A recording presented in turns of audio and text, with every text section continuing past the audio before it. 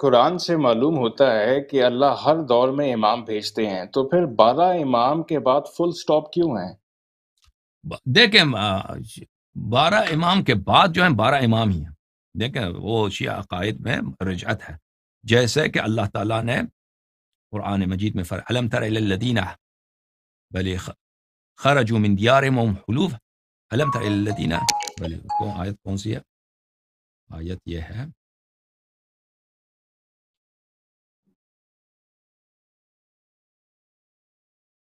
الم تر الی الذین خرجوا من دیارہم وحلوف حضر الموت فقال لهم اللہ موتوا ثم احیاهم.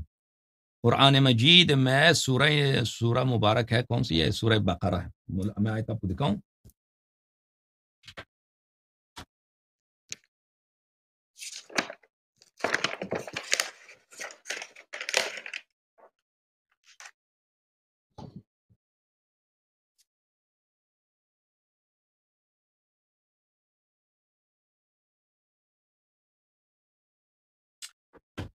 سورہ بقرہ قرآن مجید میں آیت نمبر ہے 243 جی 243. الم تر الی الذین خرجوا من دیارہم. کیا تم نے ان لوگوں کا واقعہ نہیں دیکھا جو اپنے گھروں سے انہوں نے نکلے، وہم الوف، ہزاروں کے تعداد میں لوگ پورا شہر نکلے. حضر الموت، موت سے ڈرتا ان کو، ان کے شہر میں طاعون آیا تھا، وبا آیا تھا، اس طرح ڈر کی وجہ سے وہ نکلے شہر سے. فقال لهم اللہ موتوا، اللہ کی جانب سے حکم ہوا کہ مر جاؤ، تو سب مر گئے. ثم احیاهم، پھر اللہ نے دوبارہ ان کو زندہ کیا. ان اللہ لذو فضل علی الناس ولکن اکثر الناس لا یشکرون. پھر وہ دوبارہ زندہ ہو گئے مرنے کے بعد، اور وہ دوبارہ دنیا میں رہے جب تک ان کو دوبارہ طبیعی موت ہوئی.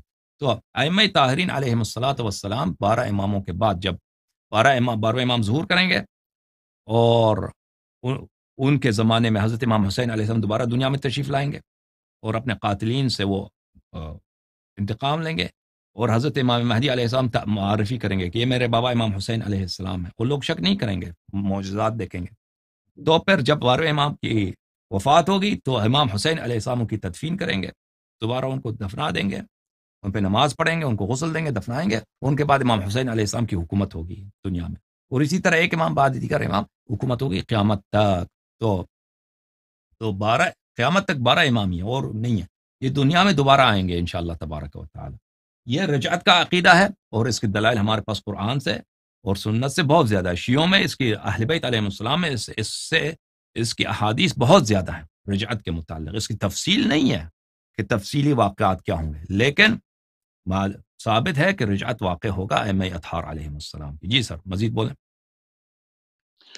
میرا چھٹا سوال ہے، قرآن میں اللہ وارن کرتے ہیں کہ جو قیامت کے دن یہ بولے گا کہ وہ فلانے فرقے سے تعلق رکھتا ہے تو اللہ اسے منہ کے بل گھسیٹیں گے. تو سوال کیا ہے؟ اس سوال اس میں یہ ہے کہ پھر سنی ہونا بھی گناہ ہے، شیعہ ہونا بھی گناہ ہے، ہمیں تو صرف مسلم ہے. دیکھیں رسول پاک صلی اللہ علیہ وسلم نے فرمایا کہ میرے بعد میرے امت کے 73 فرقے ہوں گے، اور ایک فرقہ جو ہوگا وہ نجات پائے گا، باقی فرقے سب جہنمی ہوں گے، سب جہنمی ہوں گے. اور نجات والے فرقہ کون سا ہوگا؟ رسول اللہ صلی اللہ علیہ وسلم نے فرمایا کہ میرے بعد اگر تم میرے قرآن اور اہل بیت علیہ السلام کی اتباع کرو کبھی گمراہ نہ ہو جاؤ گے، کبھی گمراہ نہ ہو جاؤ. ٹھیک ہے نا؟ اب جس آیت کی طرف آپ اشارہ کر رہے ہیں مجھے نہیں معلوم، آپ نے تو ترجمہ سنا ہے کہ وہ آیت کیا کہہ رہا ہے. جو لوگ باطل پہ ہوں گے وہ جہنم جائیں گے. جن لوگوں نے اللہ اور رسول صلی اللہ علیہ وسلم کی فرمائش کی اتباع کی ہے. رسول اللہ صلی اللہ علیہ وسلم نے فرمایا کہ میں قرآن کی اتباع کرو، میری سنت کی اتباع کرو، اور میرے اہل بیت علیہ السلام کی اتباع کرو. اور انہوں نے خبر دی جو یہ کام کرے گا وہ کبھی گمراہ نہ ہوگا. ہم نے وہی کیا، ہم شیعوں نے وہی کیا. تو اس لیے ہم جو ہیں ہماری نجات جو ہے یقینی ہے. جو اس نسخے پہ عمل کرے گا اس کا نجات یقینی ہے، اور باقی لوگ جو اس نسخے پہ عمل نہیں کرتے ان کی ہلاکت یقینی ہے، کیونکہ فرمایا میرے امت کے 73 فرقے ہوں گے، سب جہنمی ہیں سوائے ایک فرقے. تو آپ جس اگر آیت کا ایڈریس معلوم ہے آپ کو کس سورے میں ہے، کون سی آیت نمبر ہے؟ نہیں، میں نے قرآن پڑھا ہوا ہے سارا ترجمے کے ساتھ، لیکن مجھے آیت کا میں لکھ سکتا تھا میں سورہ اب کون سی ہو ہے، ورڈ سکتا کون سی ہے، لیکن آپ سکولر ہیں، آپ زیادہ جانتے ہیں. دیکھیں اب میرے ذہن میں نہیں آ رہا کہ اگر کوئی کہہ دے میں فرقے کے سے تعلق رکھتا ہوں تو وہ جہنم جائے گا. بہرحال ایک منٹ میں آپ کو حدیث دکھاتا ہوں.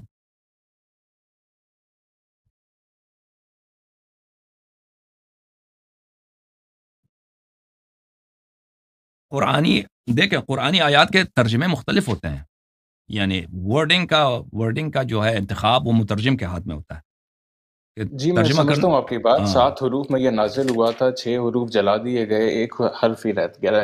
ابھی یہی حرف جو ہے نا، یہی جو حرف ہے اسی میں ترجمے مختلف ہوتے ہیں، وہ کس نے کس سے ترجمہ کیا، تو مجھے اس الفاظ سے وہ آیت یاد نہیں آ رہا کہ وہ کس سورے میں ہے، تاکہ میں اس کا وہ آیت کھول دوں کہ وہ آیت واقعا کیا کہہ رہا ہے، لیکن میں آپ کی خدمت میں عرض کرتا ہوں، میں دکھاتا ہوں آپ کو کچھ، یہ تفسیر در منثور ہے، ملاحظہ فرمائیے، تفسیر در منثور عبد الرحمن سیوطی صاحب کی کتاب ہے، یہ شیعہ عالم نہیں ہے، جزء ثامن، شیعہ نہیں ہے، چاپ دار الفکر، یہاں پہ ملاحظہ فرمائیے سورہ بینہ میں ایک حدیث نہیں کئی ایک حدیث ہے، سورہ مبارکہ بینہ، ان الذین آمنوا وعملوا الصالحات اولئک هم خیر البریہ، جن لوگوں نے ایمان لائے ہیں اور عمل صالح بجا لائے ہیں وہ خیر البریہ، وہ خلائق میں سب سے بہترین ہے، مخلوقات میں سب سے بہترین وہی ہے۔ اس کے ذیل میں احادیث ملاحظہ فرمائیے، یہ صفحہ نمبر ہے 589۔ اچھا، وَأَخْرَجَ ابن عاصم، میں ایک منٹ کے لیے اس کو فل اسکرین کرتا ہوں، آپ مانیے، برا نہ مانیے تاکہ سب کو نہیں نظر میں آئے۔ برا نہیں مانتا۔ وَأَخْرَجَ ابن عساکر عن جابر بن عبداللہ، جابر نے کہا كنا عند النبی صلی اللہ علیہ وسلم، میں نبی صلی اللہ علیہ وسلم کے پاس ہم سب تھے، فأقبل علی علیہ السلام، علی علیہ السلام تشریف لائے، فقال النبی، نبی صلی اللہ علیہ وسلم نے فرمایا، والذی نفسی بیدہ، اس اللہ کی قسم جس کے ہاتھ میں میری جان ہے، ان ھذا وشیعتہ لهم الفائزون یوم القیامہ، یہ کون، یعنی علی علیہ السلام اور اس کے شیعہ یہی کامیاب ہیں، سرخرو ہیں روز قیامت۔ ونزلت، یہ کہنا تھا پیغمبر صلی اللہ علیہ وسلم سے، کہا کہ اللہ کی جانب سے یہ آیت نازل ہوئی، ان الذین آمنوا وعملوا الصالحات اولئک هم خیر البریہ، فکان، تو جابر کہتے ہیں کہ اصحاب النبی اذا اقبل علی علیہ السلام قالوا جاء خیر البریہ، صحابہ جب علی علیہ السلام تشریف لاتے تھے تو وہ کہتے تھے کہ خیر البریہ تشریف لائیں۔ اچھا بھلی، ابن عدی نے ابن عباس سے روایت کی ہے، جب یہ آیت نازل ہوئی ہے رسول اللہ صلی اللہ علیہ وآلہ وسلم نے فرمایا علی علیہ السلام سے، ہوا انت وشیعتک یوم القیامت راضین مرضین، یہ آپ اور آپ کی شیعہ ہیں روز قیامت جو اللہ سے راضی ہیں، اللہ ان سے راضی ہے، کون ہے وہ، ان الذین آمنوا وعملوا الصالحات اولئک هم خیر البریہ۔ ابن مردوی نے روایت کی علی علیہ السلام سے، قال لی رسول اللہ صلی اللہ علیہ وآلہ، رسول اللہ صلی اللہ علیہ وسلم نے مجھ سے فرمایا، کیا تو نے یہ آیت نہیں سنی ہے، ان الذین آمنوا وعملوا الصالحات اولئک هم خیر البریہ، انت وشیعتک، آپ اور آپ کی شیعہ یہ ہیں خیر البریہ، آپ اور آپ کے شیعہ ہیں، وموعدی وموعدکم الحوض، اور میرا وعدہ اور آپ لوگوں کا وعدہ حوض کوثر ہے، اذ جئت الامم للحساب تدعون غرا محجلین، جب ساری امتیں حساب کتاب کے لیے آئیں گے تو آپ کو بلایا جائے گا، آپ اور آپ کے شیعوں کو، آپ کے چہرے نورانی ہوں گے۔ اچھا، یہ احادیث کہ خود رسول اللہ صلی اللہ علیہ وآلہ وسلم نے ہمیں فرقہ کہا ہے، شیعہ کہا ہے، اہل بیت علیہ السلام کی شیعوں کو انہوں نے شیعہ کہا ہے، اور فرمایا کہ اہل نجات صرف یہی ہے روز قیامت، اور یہ کوئی شیعہ کتاب نہیں ہے، یہ در منثور ہے عبد الرحمن سیوطی، جو اکابر علماء میں سے، ان جیسا عالم کم ہے جماعت بلکہ پورے عالم اسلام میں، شیعہ میں، مخالفین میں، اس طرح سے جامع عالم عبد الرحمن سیوطی جیسا عالم بہت کم گزرا ہے یا نہیں گزرا ہے، کیونکہ ان کی تصانیف کتنی، ان کی تصانیف میں جامعیت ہے۔ جی سر، مزید بولیں۔